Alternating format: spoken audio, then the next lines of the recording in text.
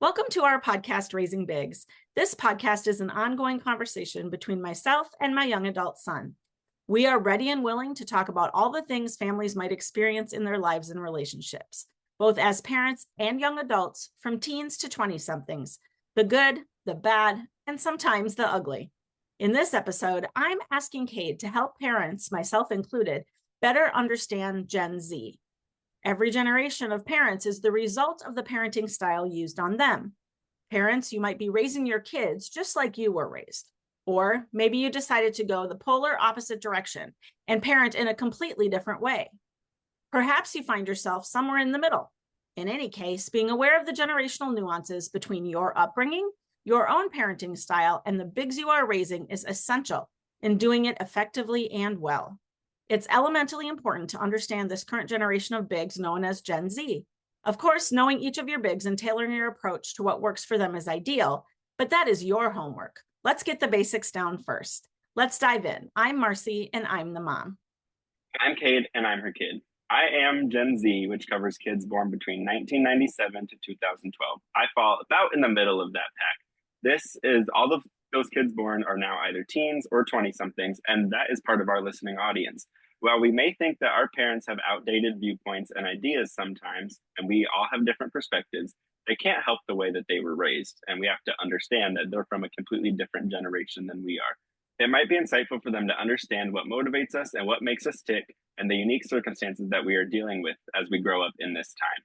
I'm talking in generalizations here, so when I talk about Gen Z thinks this way or looks this way, obviously that's not going to be all encompassing. I think you can kind of speak for that, Mom, that people try to do that with all generations, and there's always going to be some outliers of, oh, I don't think that way, or I don't agree with that. So this is just in generalization, and we understand that everyone is unique and has different perspectives and life experiences. But you've got to start somewhere. So kind of this is just talking about the basics. I know that this is my take on it based off of my experiences and just having conversations with friends and family that are all a part of Gen Z, and seeing things on social media and just kind of seeing how the overall Gen Z population thinks and how we operate. So with that being said, Mom, what questions do you have about Gen Z? So, question number one that I have is, what do you think are the important values for Gen Z? What do they hold as their prime values? For sure. I think as their prime values, Gen Z overall holds just being a good person to that as kind of close to their heart. I know a lot of people from my generation, just from what I know about previous generations, they're sometimes it's kind of like I care about what other people think of me, or I care about how I'm perceived by other people. And I think a lot of Gen Z is kind of a little bit more focused on themselves in that sense. And they're not trying to, I think some people from like even the generations before you, they tried to have the husband and wife and the three kids and a happy home and make sure that, everything looked picture perfect, from outsider looking in. And I think Gen Z is more focused on just being a good person and being happy with themselves and really holding that value important. I think that we also hold different values just about, taking care of other people and having different perspectives. And I think that some of the values that we have, again, it's kind of hard to make it all encompassing, but I think that overall Gen Z's values are just more so focused on kind of a community base and how, our decisions are affecting the people around us and things like that. So that's one thing that I think is an important value to Gen Z. And that's one of the things I treasure the most about as I've watched the three of you grow up. And your big brother he's on the end of that spectrum, right? He was born in 97. So I'll have to come up with another podcast for raising 30 things, right? But essentially, I love that you guys are you're more internally focused, right? And realizing that what comes to you is a result of spending that time on being internally focused and on, if you're a good human, you obviously are going to be a good member of your community. And so I have really loved watching that develop in you guys. And, I think, speaking for your own mother, and I know several people, like, we kind of tore up the script. Gen X kind of took the script that society had written for us and kind of, especially in our 40s and 50s, have kind of ripped it up. And so we're like, no, we're not putting that on our kids. And so it's going to be very interesting for me to see as the generation behind you comes in, like what their value is. But I just absolutely treasure the fact that you guys are first and foremost very internally motivated to be good humans and then to be focused on your community and For how you sure. be a part of something larger than yourself. And I think, like, kind of along with that, Gen Z just overall kind of values what's important to them. Just based on individually, if you are really passionate about, civil rights, a lot of Gen Z people like dive deep into that and, fully submerge themselves. Or if you're really passionate about fashion or whatever it is, I think just overall as a whole, Gen Z is very, I guess, I don't know how to word it, but I guess more focused on their interests and what drives them versus doing. Sometimes I think, and you kind of touched on this, which is what made me think about it. Sometimes I think the people from your generation did more what they thought they should do Mm. or what, society told them they needed to do in order to be successful. And I think a lot of more Gen Z is focusing on what we want to do and what's important to us. Yeah, we very much were trained to run someone else's agenda for our lives, and you guys run your own agenda, which Sure. again, I think is, part of the evolution of humankind, right? And because each person has a unique set of talents and gifts. And if you're so worried about running someone else's agenda all the time, you don't always get the opportunity to grow and develop and share those gifts with the world. So that's awesome.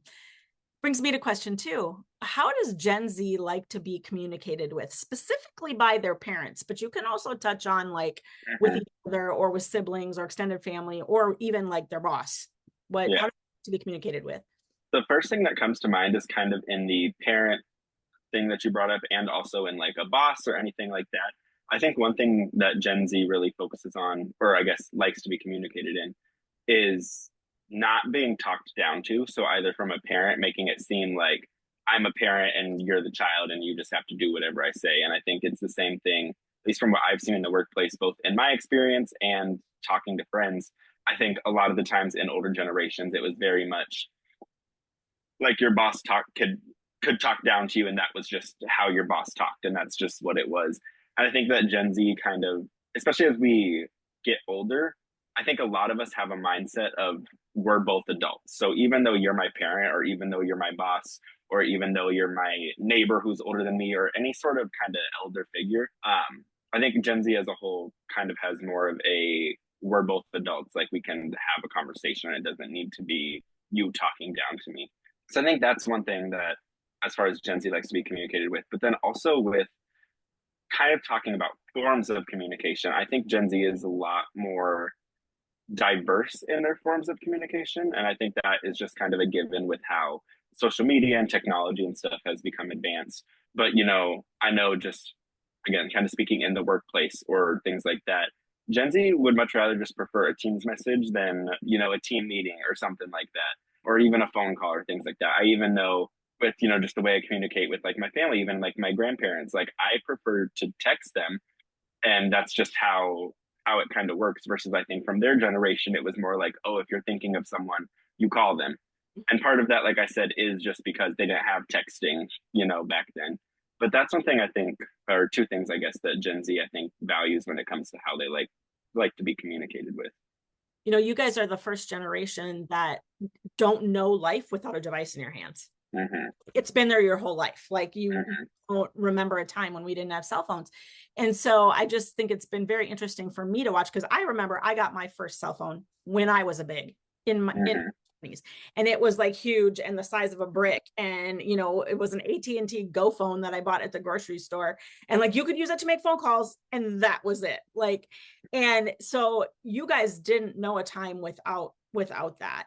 And so I've really been interested to see not only how you guys like to be communicated with, but like I text you from downstairs, like scream up the stairs, to try to get your attention typically, unless it's to tell you good night, but I will text you from downstairs, which, I remember when I was growing up, I lived in the basement, right? At my parents' house, that's where my bedroom was. And we had an intercom system, and my parents would, buzz me, and then we would talk back and forth that way. And so it's just been really interesting to watch these device natives, for lack of a better word, how you guys like to be communicated using that. And I also really admire the way that you guys essentially require respect to be given, right? And I think, I was kind of taught as a youngster, right? Like you respect authority. And Mm-hmm. like you said, bosses were allowed to talk to you however they wanted to talk to you. And there wasn't really but anybody holding anybody accountable. Mm-hmm. Even parents, the way parents talk to kids. And, there's this whole movement of adult children who are like going no contact with their parents because their parents have not realized that respect is earned. And Mm-hmm. I, on purpose, raised you guys to know that respect is earned and Mm-hmm. that it's not just given because of a title or given because of your status in society, right? Mm-hmm. And so I really admire that in your generation, that you require mutual respect in a relationship and you're not willing to put up with the respect. And then that affects the choices that you make, right? For sure. Yeah. As you're going forward. So And I think another thing too, I think Gen Z, at least from my perspective, and I can't talk about you, but I think we're one of the first generations that was more open about talking about how we want to be communicated with. I think, looking at older generations, it was kind of just like, this is the way I communicate, and it is what it is, whether that be a spouse or family members or friends or a job or whatever. Like, if you had like a spouse who communicated a way that you didn't like it, it's just like, okay, you either decided that you were settling for that or you broke up and didn't work out. Or same way with the boss. Like, it was kind of just like, okay, my boss, John, yells all the time. That's not my actual boss, it was just a name. But my boss, John, yells all the time, and that's just the way he is. And I think now Gen Z is much more open, like in the topic of relationships, of talking about, hey, this is the way I like to be communicated with. This is, how I communicate. And then, you can kind of find common ground there. Or even like telling you, let's say we get into an argument and you either say something I didn't appreciate or said something in a way that I didn't appreciate.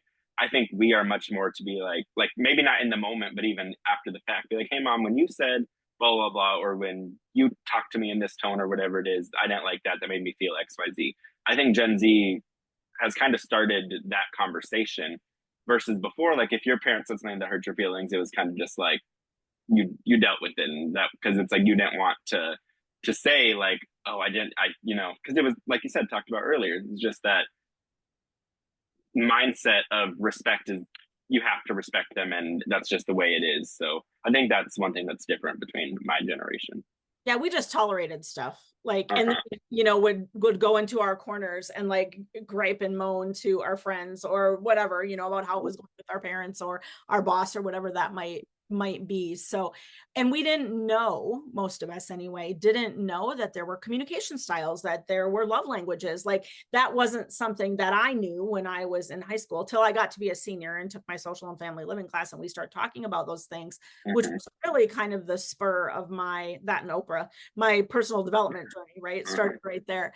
But I love that you guys are willing to do the work, right? To do the work on your relationships with your friends, your family members, your significant others, to find out how to best communicate with Uh-huh. each other. And I think, I remember when I was in corporate, which was not that long ago, like when I would have to interview people for positions, that was always one of the things I asked them was, how do you prefer your boss communicate with you? And I Uh-huh. had at one point, I was working at a very large facility and I had 100 people directly reporting to me essentially. And it's like, I would try to communicate with them each in the style that worked best for them. So I think that's becoming more and more prevalent as you guys are the up and coming workforce. And Uh-huh. I think, supervisors who did not operate that way, been in industries for a long time, are having to relearn how to, instead of manage, they're having to learn how to lead. And so Uh-huh. we're not born that. They were not born leaders, but leadership can be taught. And so they're having to Uh-huh. do that with Gen Z now because you guys are wired differently. So For sure. thank you for talking about that, how they like to be Uh-huh. communicated. Question number 3 I have is, what is Gen Z's attitude toward money and work? For sure.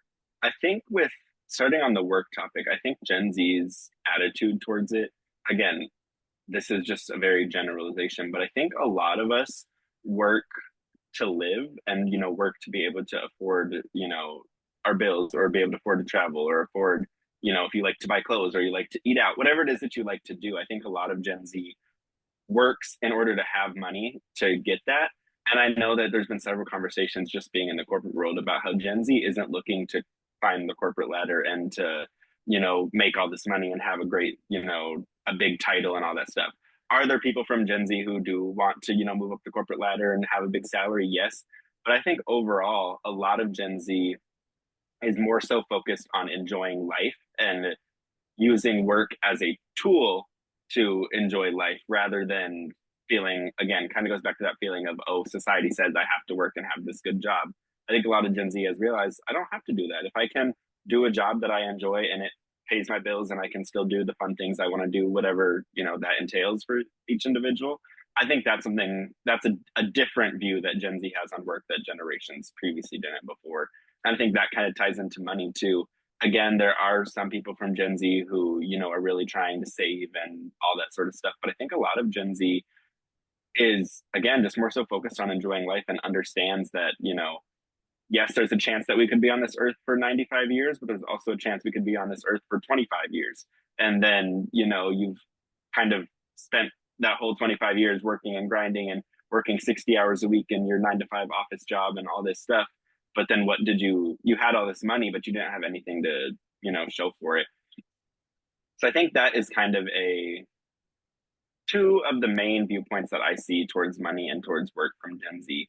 But Mom, what do you think about that? How do you think that differs from generations before, or do you think it's accurate? I think work is less of Gen Z's identity. I think, Gen Z overall is much more secure in who they are as humans.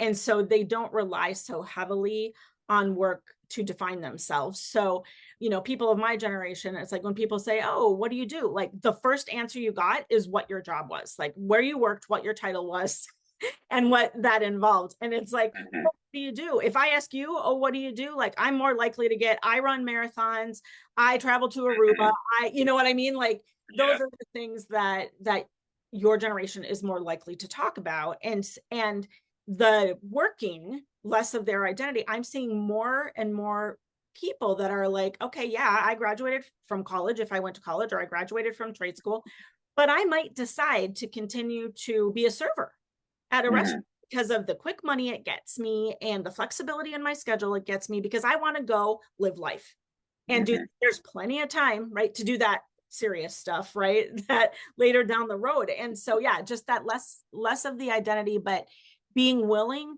to seek out positions or stay in positions that do give you the benefits that you've come to value in your early 20s, right? As you've transitioned through college, that flexibility, those things are important. And the work then just becomes an avenue for money, where it's not necessarily about amassing wealth, it's about amassing experiences. And there's those outliers, right, that they are about the wealth and that, but I think it'll be interesting to see, like, as you guys age, like, are there fewer billionaires of the Gen Z group than there were the Gen X or even the boomers, who it was like nose to the grindstone, right? Like the minute you either graduated from high school, graduated from college, like it's, what are you going to do? You're seeking those raises constantly. You're climbing that ladder. And I love that path looks much more open and individualistic and different for you guys, for the sake of your personal and well-being, right? Because if you try to fit square pegs in round holes, that doesn't work and people are miserable. So thank you for sharing that about. And I think that also kind of gets rid of some of the judgment. I think sometimes if, like, people from your generation, kind of like you had talked about, if you had graduated college at 22 years old and then, we're still a server at 29, working weekends, working 3 days and making $1,000 in that weekend, or, however much it is, I think in your generation, if that would have been the case, it kind of would have been like, oh, I can't believe Marcy is still a server. She hasn't, started her career, doesn't have this retirement fund or things like that. And I think my generation now is much more just like, okay, like that's what works for her and that's what she wants to do. And I think sometimes even too, there can be a little bit of, at least from my perspective, I don't think jealousy is the word I'm looking for, but I'm just going to say that for now. But there's like a little bit of jealousy of those people who are just able to, work their serving job or their bartending job or whatever it is and make their quick money and then relax for 5 days or do whatever, or travel and do whatever they want to do. Especially for people like me who are in, the corporate world and are in that 9 to 5 space. I think that sometimes there's kind of that push and pull of like, okay, I'm working more and maybe making more money, but then I'm also limited on time of being able to travel and do the things I want to do or things like that. Versus the other side of Gen Z maybe they aren't working as serious of a job, but don't have to be in the office 40 hours a week and are able to go and live their life and enjoy it all. But I think that there's been less of that judgment of Gen Z, at least towards each other and towards others. If you want to go get a 9 to 5, cool, great, that's what works for you. If you want to, go do whatever you want to do, that works. I think even I see that even in me and my best friend Alani. She is a flight attendant and will work for 3 days and then sometimes be off for a week and then things like that. But neither one of us like look at the other for choosing that option, look at the other in a bad way for choosing that option, because I know if she was sitting at a computer for 40 hours a week, 5 days a week, she would go insane. Yeah. But I also know that like if I didn't have such a set schedule with a routine and everything like that, if I was working for 3 days and then off for 5, and not that she's not a hard worker, she's such a hard worker, but that's just the way that her schedule works. But there's no judgment there. There's more, okay, that's what works for you and this is what works for me, and that's good.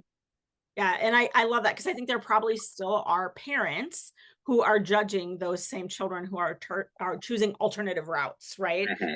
That make them happy and give them the freedom and time that they want. I think there probably still are parents who are judging their kids because they've made that choice. And so I love that you guys are so accepting of that, Mm-hmm. of each other. And it's like, hey, you do you, like whatever is working for you. That's fantastic. So what do you think, with question 4, I'm going to ask you, what do you think Gen Z's biggest challenge is? I think Gen Z's biggest challenge is, I'm trying to figure out how to word it. Gen Z's biggest challenge, I think, is having such strong beliefs, but not necessarily having the power to change them, or feeling like not everybody has those beliefs. I think that's one thing that Gen Z struggles with. Even when we look at the election that just happened, the presidential election here in the United States, whether or not, you wanted either side to win, that's not what I'm talking about. But I think a lot of the Gen Z, because Gen Z voters voted for both candidates. Mm-hmm. And I think a lot of the people on one side were like, I really want this person to win, and blah, blah, blah. And then the other side was thinking the same thing. And then whoever won or lost, I think the losing side was almost, they're almost passionate to a fault, if that makes sense. And they just don't understand why the other side can't see what they're seeing and why the other side doesn't want what they're wanting. Because in their minds, they believe that this is the solution to the problem and this is the way things need to be done, or this is the way that our country should be. And then I think when things don't work out, and I've even struggled with this myself, and just using the election as an example, but I think sometimes we have such big dreams or big goals or ideas, but don't have the power to change it. Kind of like I talked about with the election, you strongly believe in that, but you're, the whole country, you can't control what the country thinks. So I think that can kind of be a challenge and be a frustration for Gen Z, is having these ideas and, right, wrong, or indifferent of whether that is the, best path. I think we struggle with not being able to kind of just make the change and do it. Versus I think your generation is a little bit more like, okay, that's what I believe, but, the country as a whole voted this way, so I just have to move on. And I think that's a challenge for Gen Z. Yeah. And I think because you guys are so idealistic, right? And you guys will pivot on a dime. Like if something feels right, you're going to go do it, which is fantastic, right? You don't have that decision fatigue or that overthinking, overanalyzing. For the most part, there are personality types that do, but for the most part, you're willing to make the pivot that works for you. So when you encounter a structure or a system that is very ingrained, very old school, very slow to change, right? Whether that be the industry you're working in, or that be the government of your country, or whether that be the parenting style of your parents, you hit that wall. And because you're idealistic, it's hard for you to kind of, like you said, be able to understand why the other side can't force through the trees, right? Kind of thing. And, I tend to, just as a personality, be that same way. But I know around the election, using your same example, I think it was easier for me to say, okay, these are the cards we've been dealt. I've had more life behind me and have lived through lots of election cycles, right? At this point, I have seen good presidents, I have seen bad presidents. We're still here. Like, Mm-hmm. do have concerns. I do have worries like any parent would, right? Going through this. But I think it was easier for me to be like, okay, this is what it is. Now, how are we Mm-hmm. moving forward? Where I think when I was talking to you and other Gen Zers, they're like, but, like, why doesn't the Mm-hmm. other side, no matter which side it was, whether it was pre-election or post-election, I think it was just harder to understand. Why can't we all just agree on my way? Yeah. whichever whichever side that was. And so that comes with maturity and experience, in life the way it is. But I do think that because of your generation's idealism and your strong drive to do the right thing and to be part of a community and to find what works, I do think there will be changes made going forward. And when you are in your 50s, the government, the elections will, I think, look remarkably different in America than they look now, hopefully in good ways and not bad ways. Hopefully they will look different. And I do think the trajectory, I think the wheels are going to turn a little faster. Mm-hmm. You guys are the people in the seats in the government, or you guys are the people voting in the people Mm-hmm. in office, right? And so I do see that trajectory going, but I did watch the struggle, and that struggle was different for me than it was for you, even though we voted this. Mm-hmm. The Yeah. struggle of acceptance of the election results Mm-hmm. was different. So And I think it's kind of like you said, like the struggle of understanding the system and being frustrated with that. Another example that just popped in my mind that I know a lot of Gen Zers talk about is like the credit score system and how they just think it's stupid that you have to, take out debt and, in order to build a better credit score and, just how complicated that is. I know we had a podcast episode about money and we kind of touched on that. And so I think that it's just kind of that struggle of you think that credit scores are stupid and don't make sense, but you still have to live in a life where that matters. Versus, I think your generation, again, on that same topic, was kind of like, okay, that's just what I have to do. This is how I have to figure out. Like, it's just like it is what it is. Versus, and like you said, I think that then that will lead to more change. But I think Gen Z struggles with that. Okay, I don't like credit scores, but I need it to live. You'll need it to buy a car, to buy a house, to, do anything. And I think that frustration just kind of challenges Gen Z for sure. yeah, I think where Gen X will try to figure out how to work the system to their benefit, your generation want to change the system. We need to change the system. Yeah, that's a good example. That's the difference. So question number 5, what does Gen Z worry about? I think Gen Z worries about, this kind of goes back to what we talked about on the values, but I think Gen Z more so worries about their happiness and their, their goals in life and things like that. I think a lot of older generations worried more about, okay, what career am I going to have? Or what, is my family going to look like? Or what do I want to do? And I think Gen Z more so worries about, okay, but is this going to make me happy? Is this going to get me to where I want to be? And this all kind of correlates back together to what we talked about earlier. But I just think the worry is more so on, it's almost kind of like a positive worry in a way. It's like, I want to make sure that when I die, I can say that I enjoyed life, or I want to make sure that, I'm experiencing these things, versus I think an older generation was more so worried about the bad things happening. So I think Gen Z kind of has a positive worry, if that makes sense. Yeah. And are you going to have the ability to create the life you want? Right. And to afford the things that make you happy, to have the freedom to do the things that make you feel fulfilled, right? And to affect the change on your community and on your society that you want to affect. Yeah, positive worry. That's an interesting concept to dig in that at some point. Number 6, what does Gen Z love to do? For sure. I think Gen Z loves to just kind of overall loves to have, kind of talked about earlier, that sense of community, whether that be through social media or through, different things like that. I think that's one topic that I see kind of trends throughout Gen Z, whether it be,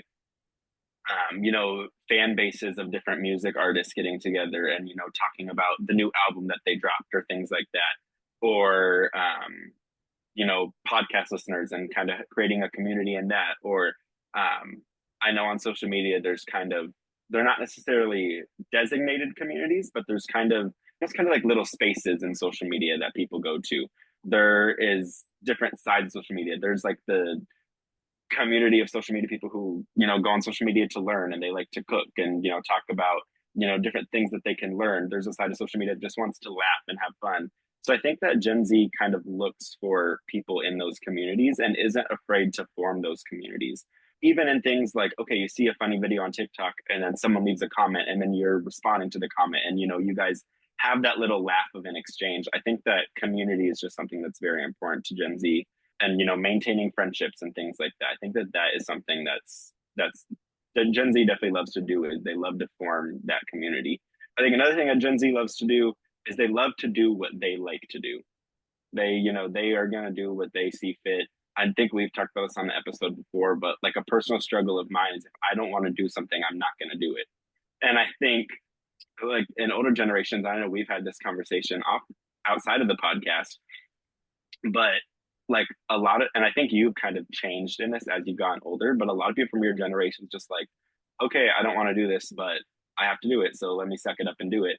And my, personal struggle, and I know a lot of people have struggled with, doing things that don't align with what they want to do, and having that struggle. So I think Gen Z loves to do what they want to do and what they enjoy doing. And again, I think it's kind of hard to make an all-encompassing statement for Gen Z with that, but whatever their interest is, I think that that's what they love to do. And I think those two kind of tie back together, because like whatever their interests are that they love to do, they want to share in community with other people. And if they can't find the community, they will create it. Like, which is amazing, because and again, you guys, digital natives, like, right, you can find people all over the world who are interested in what you're interested in. If you can't find someone down the block, or your friends in high school don't like doing the same thing you like to do, and I think, during the pandemic, like when we were all locked down, I think some of those online communities became just uber important to not only my generation, because like, my girlfriends and I still had book club, we just had it on Zoom, but I think you guys created a lot of environments during that time to stay connected, because for lack of a better word, you were a senior the year that you did, and you were robbed of a lot of those senior experiences that kids would have had. But I think you all found a way to still be in connection with each other and to create those communities. And I just think that's such a beautiful thing, because I think while we're talking about the fact that Gen Z, they're very in tune with who they are as an individual and very much want to live a life that is in alignment with who they are, that does not make them selfish, right? Like that does, I think there are older generations who would be, well, it's not all about them. And it's in looking at it in a different way. You guys want to be involved in the community in a way that uses your gifts and talents, and you want to find connection with other people who are like-minded and similarly interested, right? And so it's not all about you, but it's about finding places where you can fit and ways in which you contribute that are in alignment with who you are as a human and the life you want to create. So I think that's an absolute. And I think another thing that kind of just popped in my mind as you were talking is, I think Gen Z loves to create, whether that be, all of the podcasts or the people that release music. And even if it doesn't, even if they release a song and only 2 people listen to it, they still are going to release their song, or they're going to paint, or they're going to, make fashion, or they're going to, like you kind of talked about too, creating those communities of, if I enjoy running and there isn't, a running group around me or something like that, Gen Z isn't afraid to start that movement. So I think that's something with Gen Z is they love to create, whether that be creating communities or creating like actual, pieces of art or whatever it may be, whatever they like to do, they're going to create. And I think that's something that is really valuable of Gen Z. And they started to, I think we're in future years going to really see the effects of that and how those communities have come together. And creating for the sake of creation. I love that you said, sometimes only 2 people will listen to the song. We put this podcast out there not knowing if anyone would listen. And it's like, we kind of watch the numbers occasionally and see that it's growing, but we didn't do it for the purpose of growing some big, huge, gigantic money-making enterprise. Like, we just know that there are people out there, much like us, who are parents trying to relate to their bigs trying to relate to their parents. And so we created for the sake of creation. And it pays off when we start to see, I was contacted by a 20 something that's in our family this last week, and listening to the podcast really, really touched her. And, I'm like, okay, if it does nothing, touches no one other than that one person, that day when they needed to hear our message, then we've done our job. Like, then the creation has all been worth it. And that's something I have learned from you guys. And it's funny that you brought up the word create kind of as a tail end to this question, because I actually we've talked about divine downloads, but like, I wait for my word of the year to hit me, like in the last quarter of, so last quarter of 2024, I'm sitting, what's my word for 2025? What's my word? And some years I have to fight for it to get it, and I have to really dig deep and do some work. And other years I get divine downloads. This year, the word that came to me about 3 weeks ago was create. I didn't even know that. Yeah. And so that is my overarching word that will guide me through 2025. But now that we've had this conversation, feel like it's been indirectly inspired by what I have seen a lot of the Gen Zers in my circle doing. Right. And so whether that's create my, my business, create my future job directory, my writing, this podcast, like what do those things look like? And what is that imprint that I'm wanting to put out there? Because again, it's not necessarily about how many people it will reach. It's about it's reaching the people it's meant to reach. And that I create, I put it out there, and I release that to the cosmos, right? Like, it is not my job to necessarily make that pairing. Sure. And so, yeah, interesting that you brought that. And I think that's one thing that I see, especially in either old Gen Z or people who are older than Generation Z, in kind of talking about creating, is I think a lot of times they were creating for a purpose, or like, if you look at things like YouTube or things like that, when that was really popular, is people were creating videos to go viral on YouTube or to have a big audience. And it was almost kind of like, okay, if you made makeup videos and you made 5 videos and none of them had gone viral, you just stopped.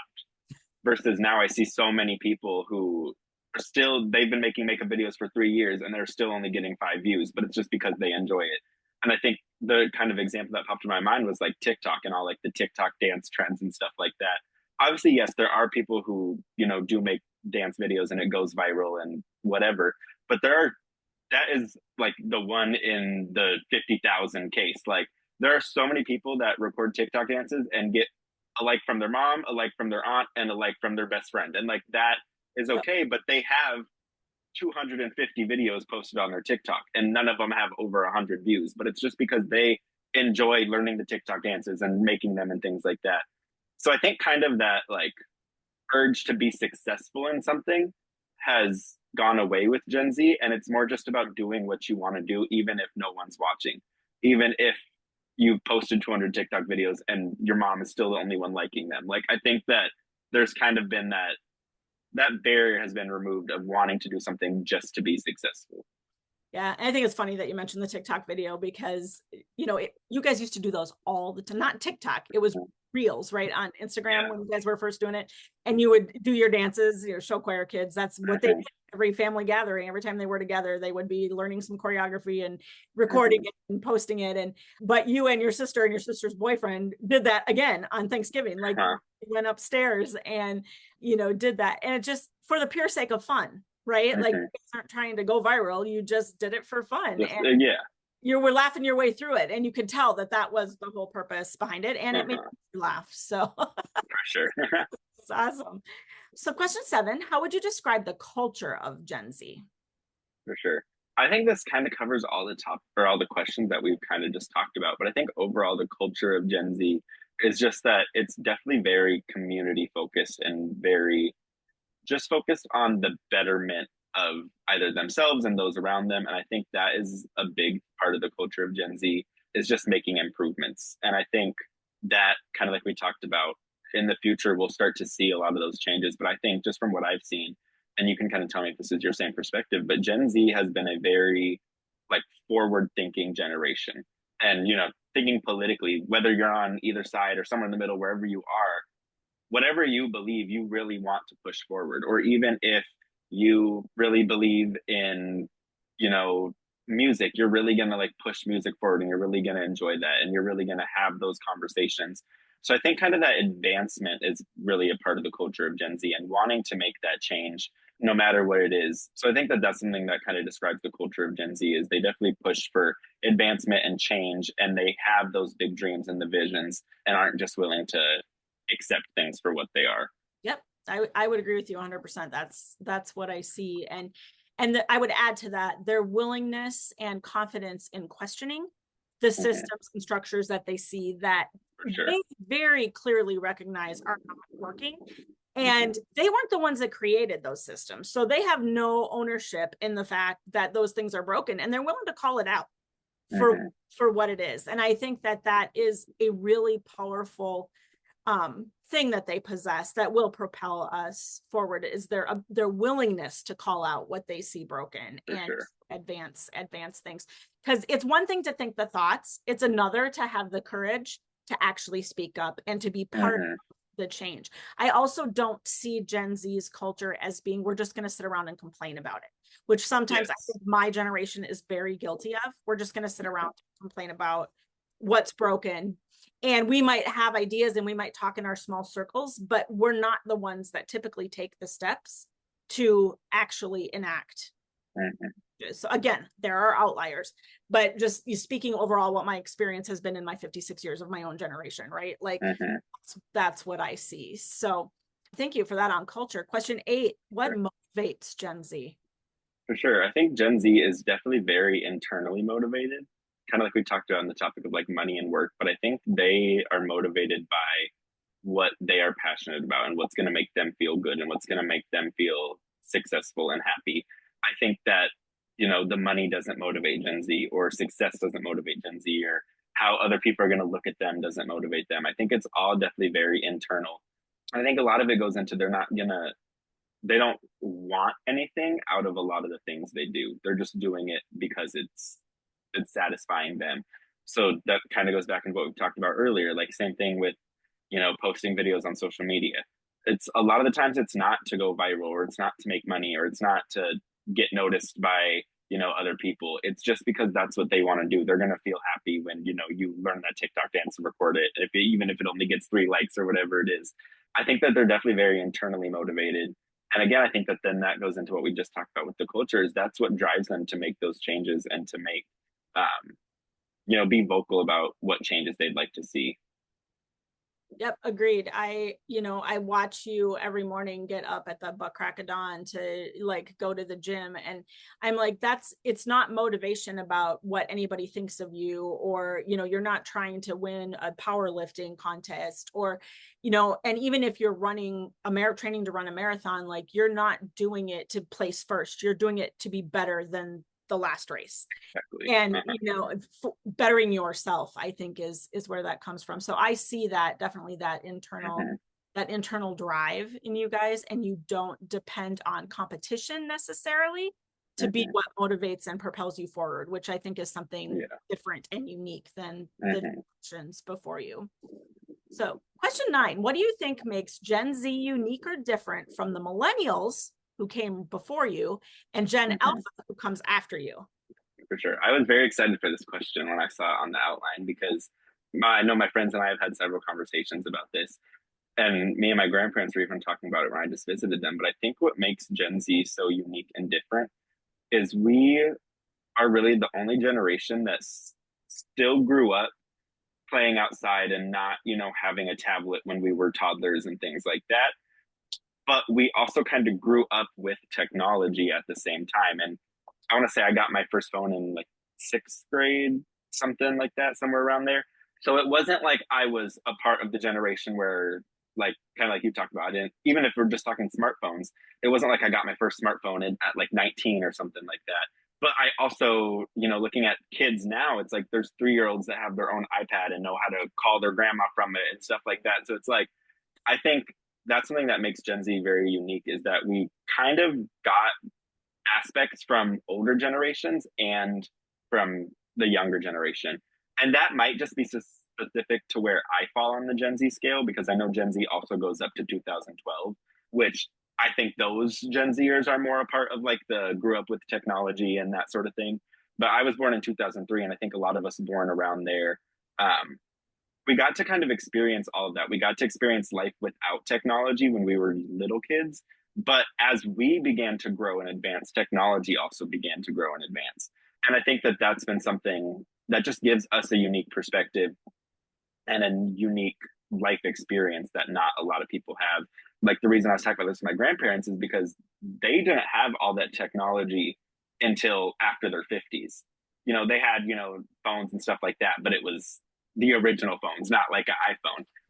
So it's like they, are in their 70s and have only lived maybe 10, 15 years with smartphones versus, like kind of like I said, as we've gone older, we've grown up with smartphones, but we also didn't always have them, like I think some of the generations do now. So I don't know, you can kind of weigh on that. I know that that's kind of just on social media a topic that some people talk about, but I just think not being 100% before technology and not being 100% in technology has kind of given us that uniqueness. I would agree on that. And like when I watch, like I think about the people I used to supervise or work with that were part of that millennial, and there's even disagreement within the millennials, right? Like they've kind of divided into two groups. There's the older millennials and then the bigger chunk of millennials. Like they were very different even amongst themselves, but they probably got their first phones and their technology even later in life than you did. But I would have never thought of the way that you presented it. So I'm really glad I asked this question, because when I think back, like on you as a little kid, like you were playing outside in the summer from sun up to sundown. And like when you were little, and like the first technology I remember you playing with was Thomas the Train on my computer. Like we had game. Yeah, right? it was a game that it was like one of the CD games that you could put in your PC. Yep. And you could like, wash the trains, and you could like take them in and out of the train station. It was very low level, like, but then like you got a Game Boy. And I know just on Thanksgiving Day, the other day, our nephews were over, and my nephew was carrying around a Nintendo Switch. I didn't know what it was at first, but I was like, is that a Game Boy?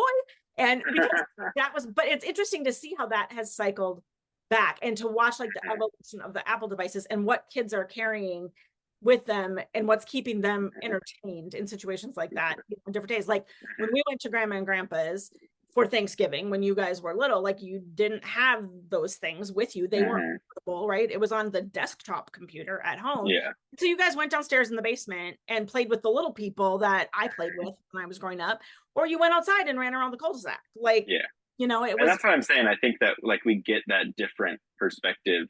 And I think that then in our adult lives has helped us, because I think when you are like playing outside or playing with toys, even if you're not playing alone, you learn how to create and how to, take a block of wood and, pretend like it's a gun and you're fighting off the aliens and, whatever it is that, you think. Like I even remember so many times as a kid, we had those plastic lightsabers like from Star Wars.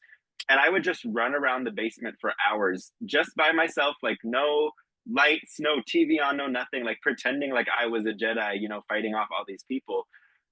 And not that it's necessarily a good or a bad thing, but then I look at younger kids now, and it's like a lot of them, if they don't have the iPad in front of them, they don't know how to entertain themselves, or they entertain themselves with a game, or they don't have that creativity. So I think then as we've gotten older, again, kind of circling back to everything else we've talked about, that's helped us to become more advanced and become more forward thinking, is because we had those younger years of childhood where we were able to be creative and use our minds, but then we also now have the technology to put that creativity to use. And, I think when you talk about technology specifically, like one of the things I saw with the millennials I used to supervise, like I will never forget, I took a group of them that worked for me to a baseball game, and they're sitting there together. These are millennials, and they're all on their phones, like not talking to each other, all on their phones. And I worry, right, that because phones were new, they were novel, they were, kind of like the little handheld games that kids, this with Nintendo Switches the kids are running around with now. But I worried about their ability, because of the generation I was in, I worried about their ability to relate with each other in social settings like that, because it was something new, and there was this gravitational pull in the something new that had them not talking to each other in a setting in which I was like, okay, like we could have all sat around the break room and y'all could have sat on your phones. I didn't need to take you to a Twins For game sure. in order to do that, right? And then I look at the kids younger than you, and I do worry about their ability to create because they are always being entertained. Mm-hmm. Their need to use their imagination, like the people who are educating them, the people who are parenting them, have to be very intentional about providing opportunities for those kids to actually learn to Mm-hmm. use their creativity and their imagination. And they don't know what it is to be bored. Mm-hmm. They've never had to go outside and find something to do. They've never had to entertain themselves for hours in the basement with their Jedi, right? Like, yeah. and so I do see a difference there. You guys kind of bridged that gap and intersected with technology in a space in which it wasn't your everything and it wasn't brand new. Yeah. So I think we're that's, able to that I was balance. going to say that. Yeah. It's like, it wasn't, because I think kind of like you talked about with millennials, is it was so exciting that it was just had that gravitational pull. And it's almost kind of like everything before that just went out the window because now we have this. Yeah. And I think Gen Z has kind of, since we've come up with it, it's not as exciting because in a sense, like, it's like, okay, yeah, cool. It's technology. Like, it's kind of, it's always been there, but we still had those experiences of when we were younger of not having it versus then Gen Alpha younger than us, they never had any of it. So it's always technology. They never had those instances. So yep, I definitely agree. And I think you guys also don't seem to numb with technology the way that my generation, Gen X, does. Like, I think, we didn't have it at all until we were older. Not as old as your grandparents, but until we were older. But I think especially the social media right now has become a huge addictive numbing source for people in Gen X. Like a lot of women my age who are dealing with a lot of stress, from raising families or worry or things like that. Like, that's how they will scroll for hours in a day, to the point where someone had to create an actual app that goes on your phone where it will cut you off of apps you put in there, right? Because there's not the discipline in that group. And I don't see you guys doing that. I don't see you guys hours and hours. You move along. You might check in with it, but then you move along. So it's interesting that it kind of driven by technology, and like, what does that look forward? So, which brings me to my last question, which this I think is uber important, and especially in light of what our country was founded on and the results of this last election, because it will be you guys that carry us forward as a country. And I know we individually have had a lot of conversations around this. I have had a lot of conversations with people on both sides of the political spectrum. But what is Gen Z's take on the diversity of our country and the world on a global basis? I think Gen Z is a lot more supportive and open to diversity than generations before have been. And I think Gen Z understands the importance of diversity. And I think we are really the first generation to understand that. I think that previous generations have acknowledged diversity and things like that. But I think Gen Z understands how it's important and how everybody's culture and everybody's age and everybody's sexuality and everybody's gender and all of that, all of those things that make up diversity, all of that plays a part. And I think and you can kind of speak to this, I think older generations, they kind of viewed wherever they were at on whether it is, again, gender, sexuality, race, education, socioeconomic class, any of that. I think they kind of viewed where they were at as the right choice, and that, that was kind of all they saw. So if you were straight, you said, okay, cool, people can be gay, whatever, but I'm straight, and I think the opinions of straight people matter more. Or, okay, I am middle class and you can be rich or you can be poor, but the middle class is what's important. Or, I'm Hispanic and you're white and you're black and you're Asian and you're whatever, but the opinion of Hispanic people is what matters more.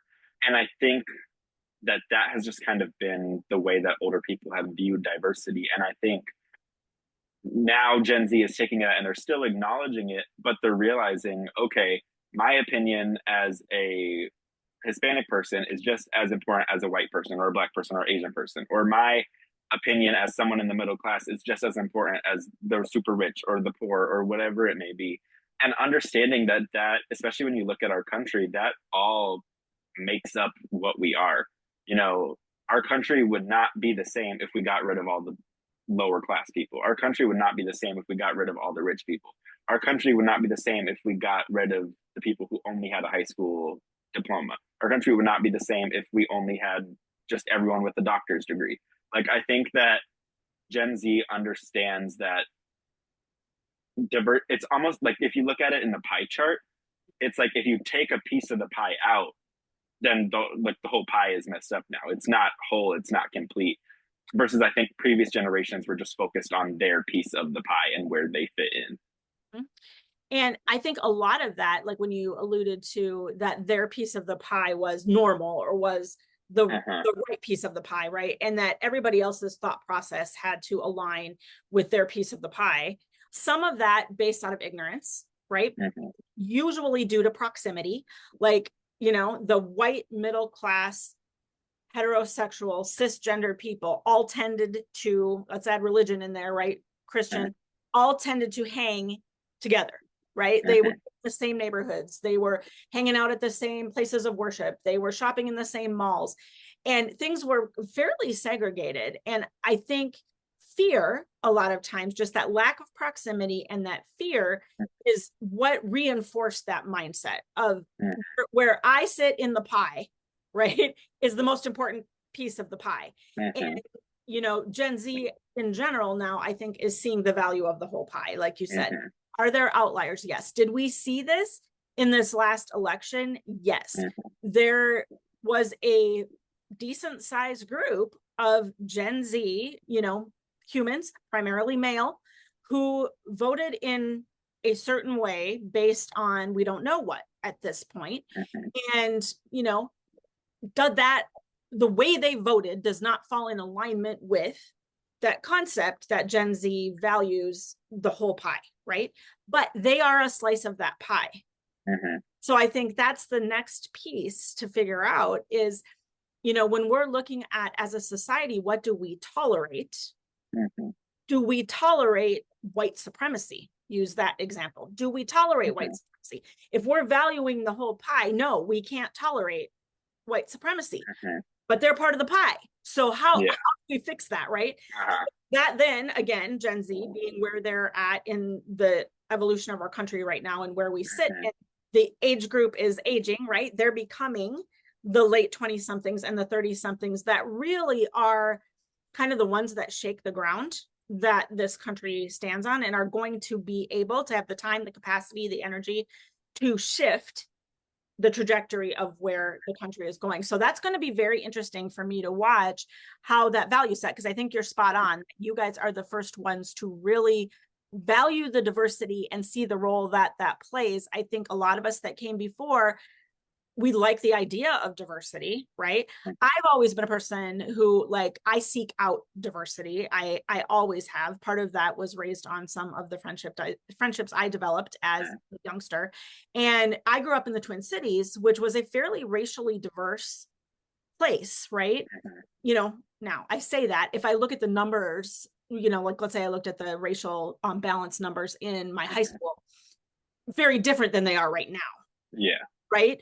But at that time, right, it wasn't a high school of all white children. Like that was the case.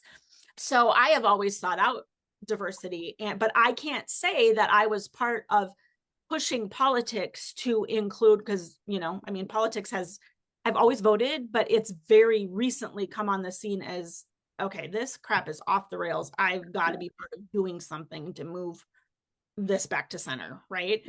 But I wasn't necessarily actively doing anything by becoming involved in local politics, by becoming part of any of the social justice organizations, but, you know, like people who interacted with me on an individual basis were included in my pie, and I valued the diversity they brought, but I didn't have, and I think a lot of Gen Xers didn't have the knowledge or the confidence to then step into that space. Mine, I am talking as a white middle class Christian female, right? So the experience that my, you know, Black friends have had, that my Persian friends have had, that, you name the group, Yeah. my friends, may be very different than what I had growing up when I grew up. But I do think that segregation piece, that lack of proximity, that fear that was instilled in us of others, right? I don't think you guys you don't carry that same fear of others for the most part. So And I I think love also, to see how that works out with incorporating those pieces of the pie that actually kind of go against the pie itself. yeah. And I think we just kind of talked about the big picture, but I think also on like a smaller picture and just on a more personal level, I think Gen Z is more open to diversity in their friend group and in their romantic partners and things like that. I've seen just even through either friends or through social media of people getting together who maybe one person is Christian and one person is Muslim, or one person, grew up in lower class and one person grew up higher class, or one person only has their high school diploma and one person has a master's. Whatever topic of diversity you want to pick, I think that I've seen a lot more friendships, romantic relationships, all of that, where people kind of don't value that as closely and just are looking for either a good friend or a good, boyfriend or girlfriend, husband, wife, whatever it is. I think that value has kind of gone away too of, okay, I'm Christian and you're Muslim. And I think a lot of people in your generation, that would have been a deal breaker. But I think a lot of people now are more open to that. Or, I grew up poor and you grew up rich. So, we're not going to be able to work out. And do I think that those type of relationships come with a lot of struggles? Yes, because you are trying to find that balance and understand you guys have different life experiences and, you're going to take things different ways. But I think overall Gen Z is just more open to it and open to just having that diversity closer in their lives and not ruling people out just because of their religion or their class or their education or whatever it is. And I think that all circles back to what we said earlier in this conversation was your generation's willingness to do the work, right? Like, let's use socioeconomic class. You might have someone who grew up very, very poor and then someone who grew up wealthy. And when you guys are looking for partners and friends, you're looking for the good human, which was what we talked about, not someone who matches your upbringing or matches your socioeconomic class, your religion or your color, or whatever that, your race, whatever that might be. You're looking for a good human who has similar interests to you, like all those things we talked about previously, right? And that's what you're looking for. And you're willing to do the work to make this disparity not matter in a negative way, right? In your relationships, to have it add value to your relationship rather than to be a detractor or something that's going to make it a no-go and going to make it not work. So For sure. Nice circle back there. Was that intentional? No, not at all, but it worked. So, Cayd, I really want to thank you for sharing your intel on your generation, on Generation Z, with me and our listeners. Sometimes I think we all get stuck in our own way of thinking, that we don't take the time to actually try to understand others that we are in relationship with. So whether that's, parents and children, or even siblings that are far apart in age, or like grandparents and grandchildren, or whatever, husbands and wives, whatever that might look like. But we can tend to be reactive, narrow-minded, completely off base, just based on being so narrow focused in what our experience has been in life. So, and especially generationally. So it's just due to a lack of understanding that a lot of those negative behaviors come out.